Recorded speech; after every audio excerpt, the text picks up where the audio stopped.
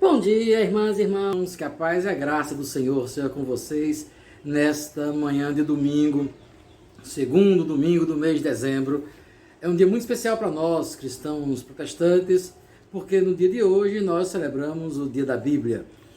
Vamos, na escola dominical de hoje, falar um pouco mais sobre isso. Mas, antes de falarmos sobre o dia da Bíblia, nós vamos para a nossa lição de escola dominical. A nossa lição de escola dominical hoje traz como tema: excesso de responsabilidade é coisa de gente frustrada. Essa é a lição número 8, nossa revista. Estamos com a revista Prazer de Viver e vamos continuar com os nossos estudos, lição número 8. Nós vamos para um louvor. Após o louvor, nós vamos orar e vamos iniciar o nosso estudo da Escola Bíblica Dominical desse segundo domingo do mês de dezembro. Louvemos ao Senhor.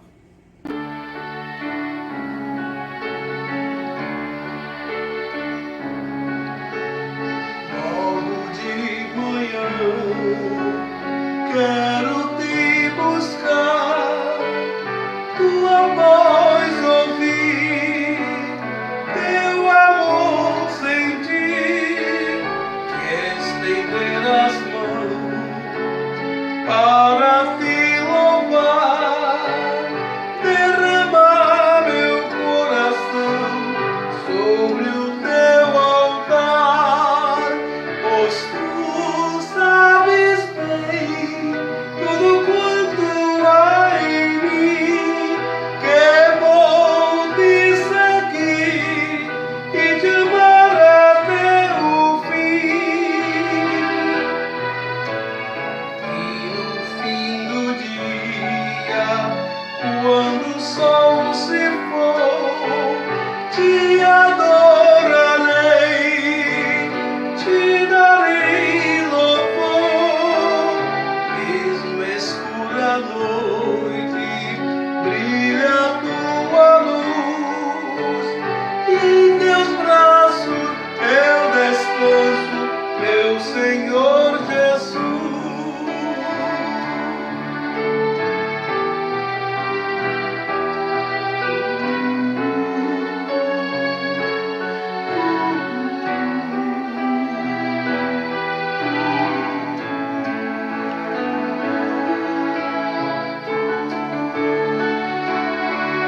Pois tu sabes bem tudo quanto há em mim, que vou te seguir e te amar até o fim.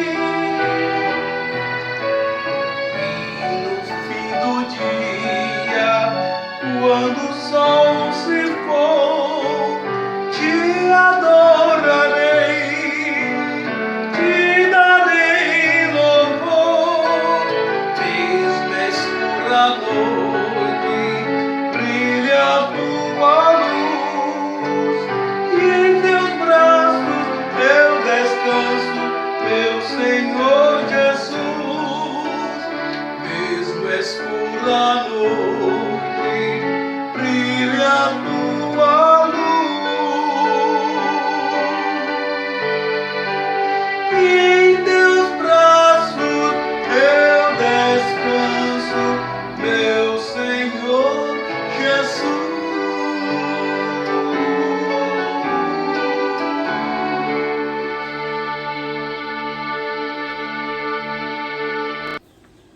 Amém, irmãs e irmãos. Amém. A lição de hoje, como eu falei para vocês, é a lição número 8, excesso de responsabilidade é coisa de gente frustrada.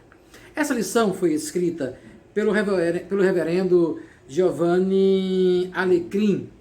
O Giovanni é pastor de uma das igrejas presbiterianas independentes na cidade de São Paulo. O Giovanni, além de poeta, além de escritor, autor de lições de escola dominical, Giovanni é um amigo pessoal, um amigo particular. Algumas das liturgias que nós usamos nos domingos à noite foram elaboradas pelo Giovanni, algumas expressões de uma chamada de oração, de uma afirmação de fé, é parte dos livros que Giovanni escreve. Eu fico muito feliz em poder partilhar com os irmãos a lição escrita por esse irmão tão querido. E para a alegria nossa e para a surpresa nossa, eu convidei o próprio Giovanni para dar essa lição que ele escreveu. Então, nessa manhã de domingo, a nossa lição será especial pelo reverendo Giovanni Alecrim. Ele vai ministrar a lição para nós. Vamos orar nesse instante. Na sequência, o reverendo Alecrim vai nos trazer a lição desse domingo. Oremos ao Senhor. Pai Santo, Pai Bendito, nós te louvamos pela Tua Palavra, pelo estudo da Tua Palavra, pela oportunidade que nós temos de na escola dominical estudarmos a Santa Palavra. Obrigado, Pai Santo, porque tens usado o Teu servo Giovanni Alecrim para escrever textos, para discutir temas importantíssimos para a vida da igreja. Obrigado por ele, pela sua família, esposa, filhos. Muito obrigado, Senhor, pelo ministério que Teu servo tem desenvolvido ali, junto à igreja em São Paulo. Te louvamos, te agradecemos por ele e pedimos-te, ó Pai, que nessa manhã Tu possas nos ensinar através do Teu servo. Usando, Deus, os recursos da tecnologia, permites com que ele seja bem perto da gente. Nós te louvamos por isso. Fala aos nossos corações nessa manhã. Nós te oramos em nome de Jesus. Amém. Amém. Com vocês, reverendo Giovanni Alecrim. Olá, eu sou Giovanni Alecrim, sou pastor da Igreja Presbiteriana Independente de Tucuruvi, na cidade de São Paulo, e é uma alegria muito grande poder estar conversando com vocês, irmãos da Igreja Presbiteriana Unida de Salvador. Muito obrigado ao reverendo José Rômulo, meu querido amigo Rominho, doutor Rominho, saudades, meu irmão. Um grande abraço para você, agradeço demais o convite para poder dividir com vocês hoje um pouco daquilo que a gente escreveu, daquilo que a gente conversou na lição de escola dominical. Excesso de responsabilidade nos faz pecar, e é sobre isso que nós vamos conversar hoje. Porque dos muitos trabalhos vêm os sonhos, e do muito falar, palavras nécias. Eclesiastes 5, versículo 3. Deixa a vida me levar, a vida leva eu. Sou feliz e agradeço por tudo que Deus me deu. Eu não vou nem cantar, porque eu cantando é um terror, mas é o samba do Zeca Pagodinho, você conhece, você já ouviu esse samba, e é o lema de muita gente, inclusive de cristãos, né? Nós temos que ser gratos a Deus por tudo que nós temos, mas nós não devemos necessariamente nos deixarmos levar pela vida. E muitos se deixam levar e perdem o controle de suas próprias vidas, tudo porque são pessoas desorganizadas. O texto base da nossa lição é parte de um bloco que fala sobre votos precipitados, ou seja, você assumir compromissos de maneira precipitada, sem avaliar, sem pensar, será que eu vou conseguir cumprir isso? Será que eu não vou conseguir cumprir isso? Nova tradução na linguagem de hoje traduz assim, Eclesiastes 5:3. Quanto mais você se preocupar, mais pesadelos terá. E quanto mais você falar, mais tolices dirá. Há aqui uma recomendação para que pensemos bem antes de assumirmos compromissos. Principalmente se você não organiza a sua vida em uma agenda. O conceito de desorganização, de ser desorganizado, vai variar muito. Pelo menos é o que as pessoas menos organizadas dizem para os mais organizados. Quem nunca ouviu aquela famosa frase, diante de uma mesa totalmente bagunçada, e o dono virar e falar assim, olha, eu me acho na minha bagunça. Que isso aqui? O que você quer? Pede aí que eu acho, De fato, para uns há uma lógica na ilógica da desarrumação de uma mesa. Mas o cuidado que devemos ter na organização pessoal vai além de uma mesa ou quartos arrumados. Nós precisamos atentar para que tenhamos consciência do rumo que a nossa vida está tomando. E isso envolve confiança em Deus, sonhos e planejamentos. O evangelista Lucas nos diz que Marta agitava-se de um lado para o outro, ocupada em muitos serviços. Já viu aquela pessoa inquieta, que não consegue parar para descansar e avaliar sua vida? Pois é, ela é, via de regra, uma pessoa desorganizada. Tal qual Marta, que não conseguia parar para ouvir Jesus, muitos não conseguem parar o que têm para descansar e meditar na palavra de Deus. Organizar-se é permitir que Deus dite a agenda de nossas vidas. Nós sabemos que se buscarmos Deus em primeiro lugar, tudo nos será acrescentado. No entanto, insistimos em inverter essa lógica. Por que isso acontece? Porque nos fazem acreditar que a agenda da sociedade é mais importante que a agenda de Deus. Que cargos, ocupações e funções eclesiásticas são mais importantes que família, amigos e irmãos na fé, que carecem de palavras de esperança e amor. Você e eu precisamos reorganizar a nossa agenda, colocando em primeiro lugar a vontade de Deus. E organização pessoal está intimamente ligada com o que sonhamos para as nossas vidas. Você tem sonhado, não só ao dormir, mas você tem sonhado acordado. Qual o sonho para a sua família? E para seus filhos? O que você tem sonhado para seus pais e para seus amigos? Quando você pensa na sua vida, você tem mais sonhos ou pesadelos? Talvez seja a hora de parar e avaliar sua vida. Ter uma vida minimamente organizada nos dará a oportunidade de olhar para o futuro e sonhar acordado. Não é dizer para Deus o que Ele deve fazer em nossas vidas. Aí seria vaidade. Mas é dizer a Ele os sonhos do nosso coração para a nossa vida. E se sonharmos com Deus, sonharemos segundo a sua vontade. Mas o que adianta sonhar se não planejar? Onde você se vê daqui 2 anos? E daqui 5 anos? E daqui 10 anos? Muitos respondem essa pergunta afirmando que o coração do homem pode fazer planos, mas a resposta certa vem dos lábios do Senhor. E dizem que não adianta nada planejar. Está errado. Adianta sim. O texto não nos diz para não planejarmos. Ele diz que a resposta do nosso planejamento vem de Deus. Portanto, há necessidade de planejarmos nossas ações, nosso futuro. Não à toa temos muitas pessoas que chegam à aposentadoria despreparadas para a redução da renda familiar, o aumento dos gastos com saúde e outras despesas. Não planejaram, não se organizaram para viver bem, algo que é natural para todos nós, a aposentadoria. Somente com organização, sonhos e planejamento, sempre confiando em Deus, poderemos evitar o pecado de sermos servos infiéis e relapsos. A desorganização, ela não acontece só na vida pessoal, mas também na vida profissional, e é na maioria das vezes reflexo da desorganização pessoal. Quando Jesus falou sobre a necessidade do discípulo renunciar a tudo o que tem para segui-lo, ele falou de avaliar um projeto de vida. E como exemplo, dou o planejamento de uma obra. Ele deu o planejamento de uma obra. Pois qual de vós, pretendendo construir uma torre, não se assenta primeiro para calcular a despesa e verificar se tem os meios para concluir? Você tem avaliado sua vida profissional, sabendo se terá meios de concluí-la? Quando criança, nós sonhamos em ser algo quando crescer. Crescemos, nos capacitamos, iniciamos uma vida profissional. No entanto, muitos ficam inertes em suas vidas profissionais por mero comodismo e falta de planejamento e organização. Vivem reclamando de seus trabalhos, dos colegas e dos chefes. Não veem perspectiva de mudança e, via de regra, não assumem a responsabilidade de sua vida profissional e, principalmente, de sua vida profissional não lhe darem satisfação pessoal.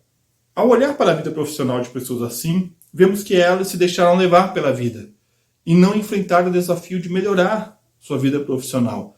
Não estou falando apenas em buscar uma promoção, mas principalmente de ser criativo e inventivo em nossos trabalhos.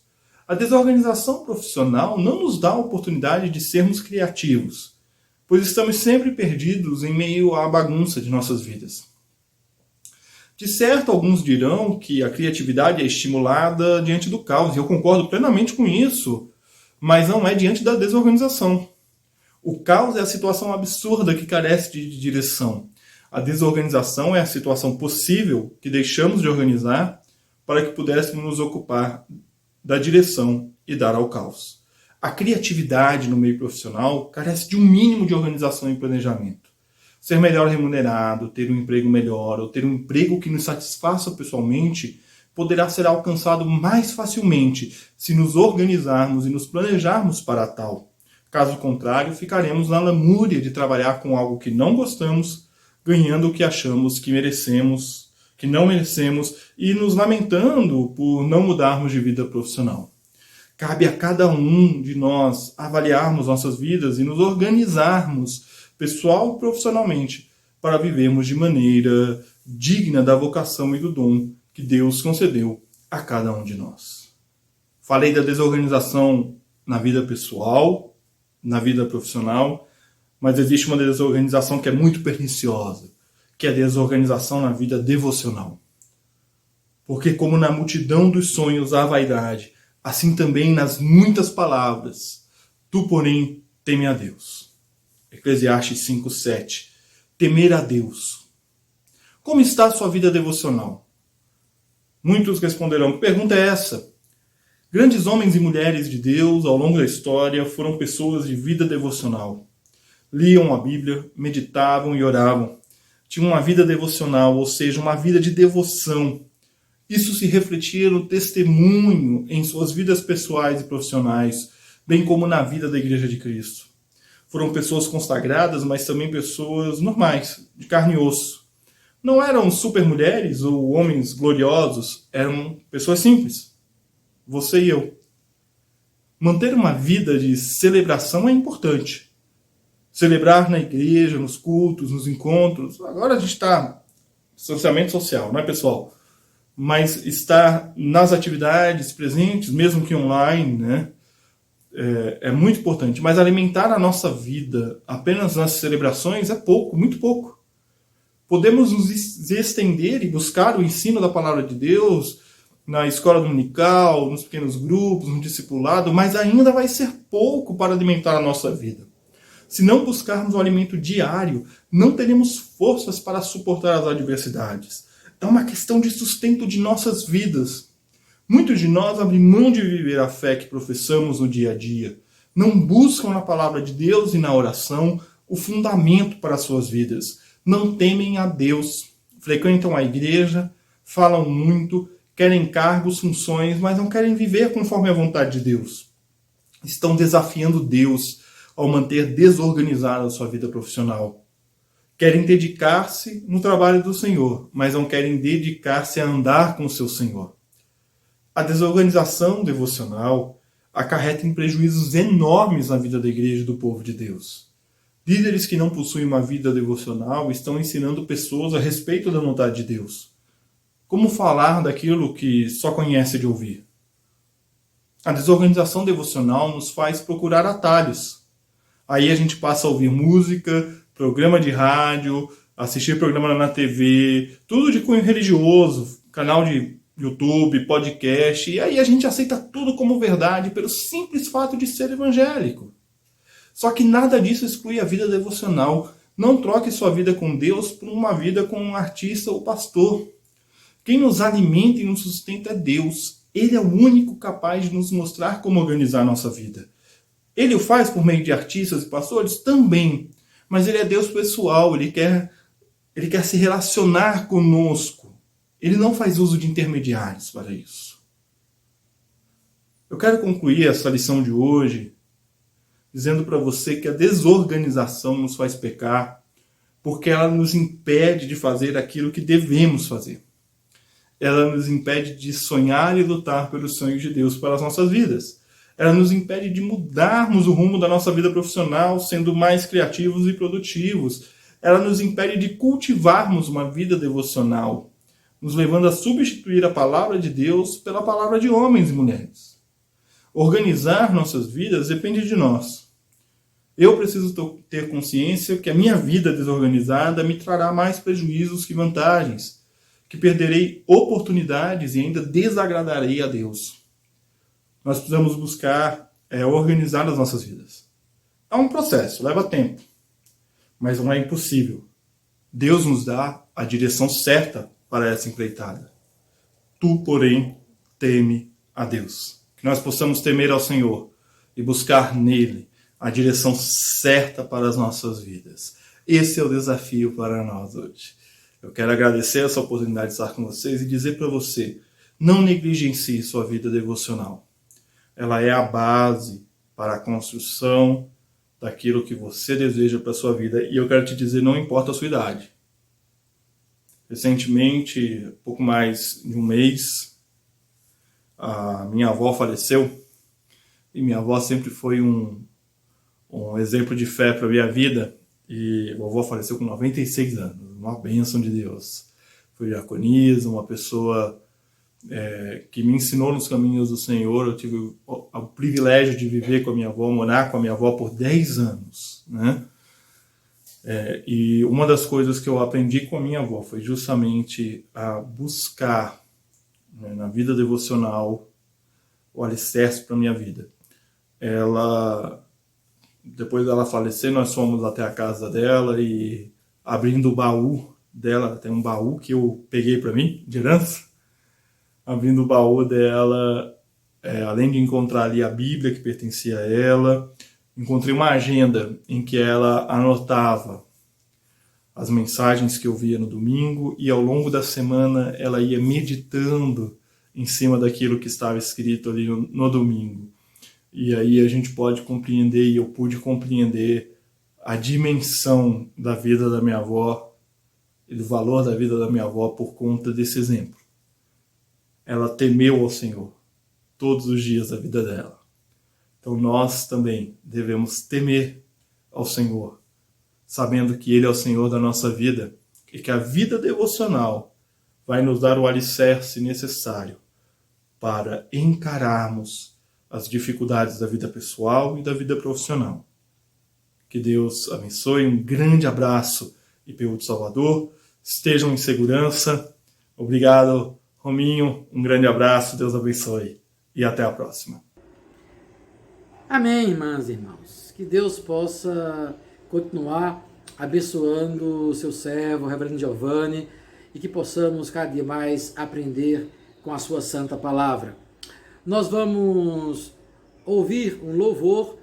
Logo após o louvor, nós vamos falar um pouco sobre o Dia da Bíblia, esse dia tão especial para nós, protestantes, aqui no Brasil. Vamos, então, para o louvor. Na volta, continuamos com a nossa Escola Bíblica Dominical.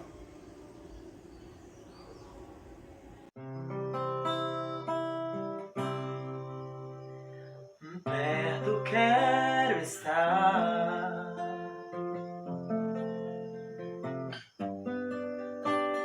junto aos teus pés,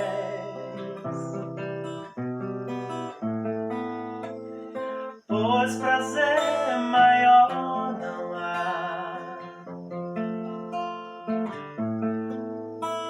que me render e te adorar.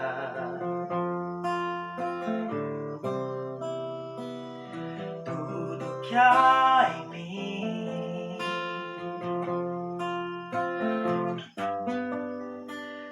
quero te ofertar,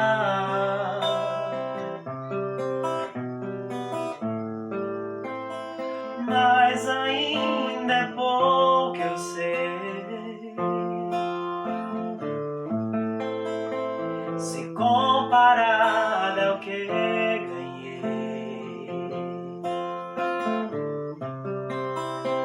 Não sou apenas servo, teu amigo me tornei. Te louvarei,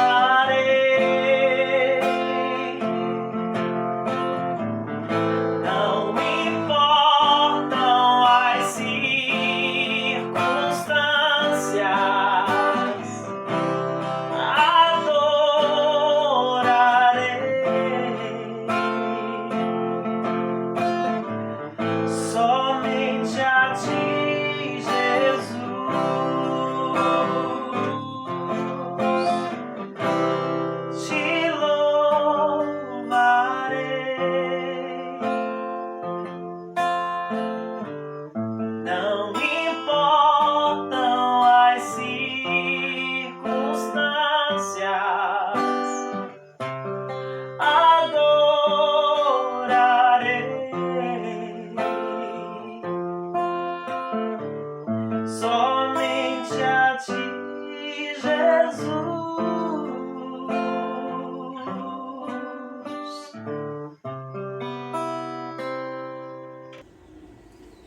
Então, não podemos deixar de fora esta pequena palavra sobre o dia da Bíblia.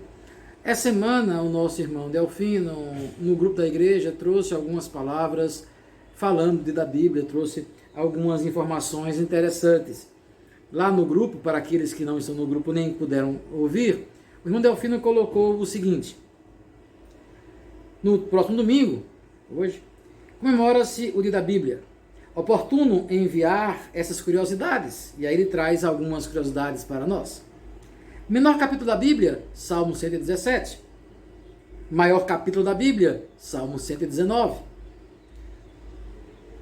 Existem 594 capítulos.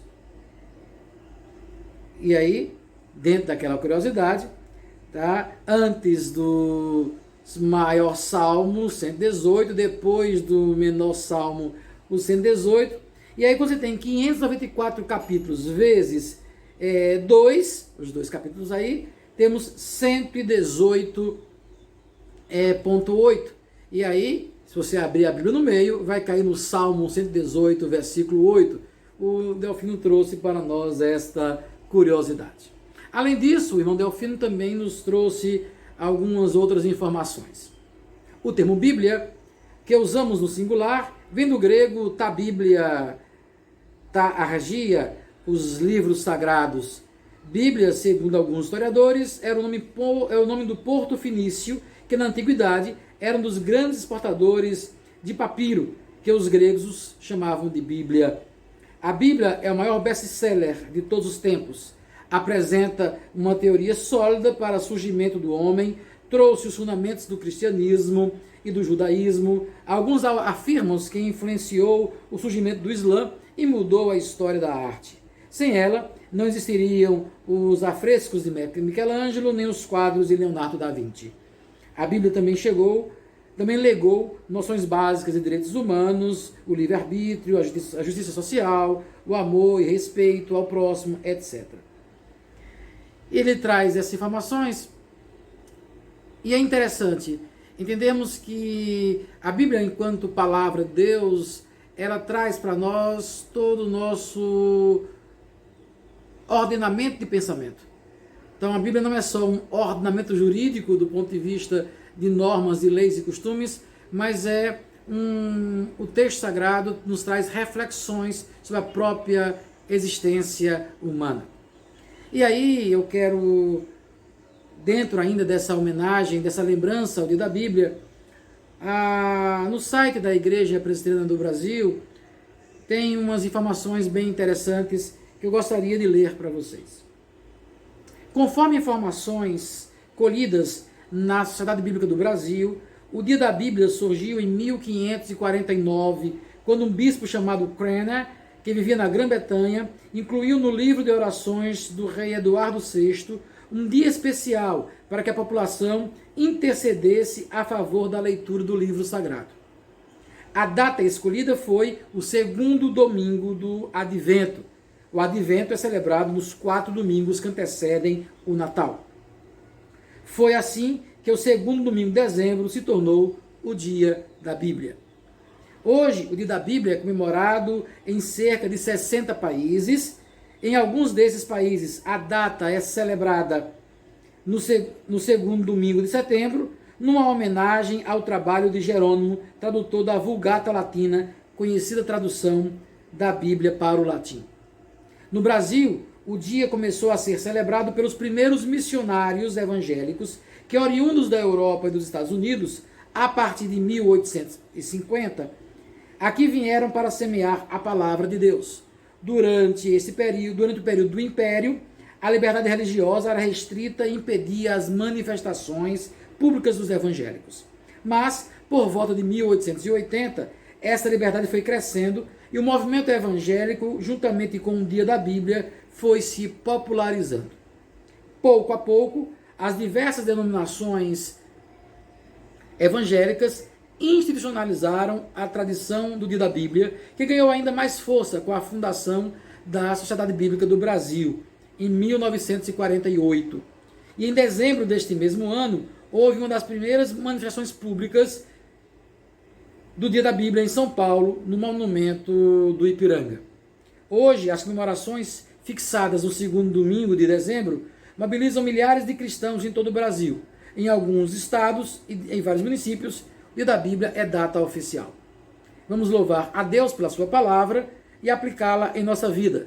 Pois, como diz o apóstolo Paulo em 2 Timóteo, capítulo 3, versículos 16 e 17, toda a escritura é divinamente inspirada e proveitosa para ensinar, para redarguir, para corrigir, para instruir em justiça, para que o homem de Deus seja perfeito e perfeitamente instruído para toda boa obra. Que a Bíblia possa ser realmente nosso livro de cabeceira, possa ser o livro da instrução às nossas vidas. Louvemos a Deus por esse texto, o texto sagrado, que Deus deixou para nós para nos ensinar o que é a vida e como enfrentarmos esta vida. Que Deus abençoe, irmãs e irmãos. Nós vamos orar nesse instante e, na sequência, nós encerramos a nossa Escola Bíblica Dominical. Lembrando que hoje à noite, às 18 horas, nosso culto do terceiro domingo do Advento. Vamos então, nesta noite, 18 horas, o nosso culto. Não vamos deixar de participar. Oremos. Pai Santo, Pai Bendito, nós te louvamos porque a tua palavra tem nos ensinado. Porque tu, através da tua palavra, Senhor, nos edifica, nos corrige, tu alimenta nossas almas, nos consola. Muito obrigado pela tua palavra, pela palavra viva, palavra eficaz, que penetra no mais profundo do nosso ser. Muito obrigado, ó Pai, porque tu tens abençoado mulheres e homens que têm traduzido a Escritura Sagrada para várias línguas. Tens preservado, ó Deus, a Escritura até nós. Muito obrigado pelas sociedades bíblicas do Brasil e do mundo que têm tido o esmero, têm tido o zelo, Senhor, de fazer com que essa Escritura chegue nos mais longínquos lugares. Ó Pai Santo, muito obrigado pela liberdade que nós temos de estudar Tua Palavra. Muito obrigado, a Deus, pela liberdade que nós temos e pelo Teu Espírito Santo que nos faz compreender a Tua Palavra. Obrigado, a Deus, por essa igreja, porque essa igreja tem procurado ser fiel a essa palavra, procurando aprender mais e mais de Ti. Quero te agradecer pelo Teu servo Giovanni, que nos trouxe a lição nesse domingo, e quero te pedir, ó Deus, também pela saúde dos nossos irmãos e irmãs que estão enfermos. Vai, consola, levanta, restaura, traz paz, traz consolo àqueles que estão, Senhor, passando por dores, por momentos difíceis em suas vidas. Obrigado, ó Deus, pela presença do Teu Espírito Santo em nossas vidas. Nós te louvamos, te agradecemos e pedimos, ó Deus, a Tua bênção sobre cada um de nós, em nome de Jesus Cristo, Teu Filho amado, nosso Senhor. Amém. Que a graça e a paz do Senhor Jesus Cristo, irmãs e irmãos, sejam com vocês e com todo o povo de Deus, hoje e para todo sempre. Hoje, 18 horas, nosso culto. Até lá.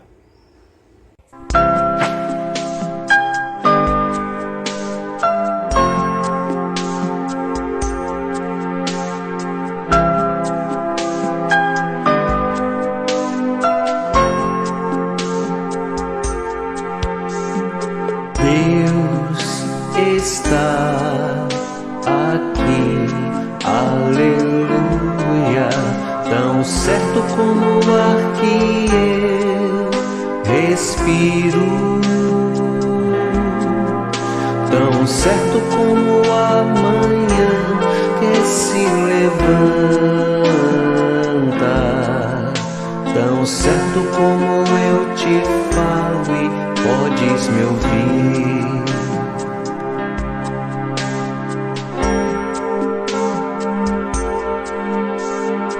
Deus está em ti, aleluia, tão certo como o ar que eu respiro, tão certo como a manhã que se levanta, tão certo como eu te falo e podes me ouvir.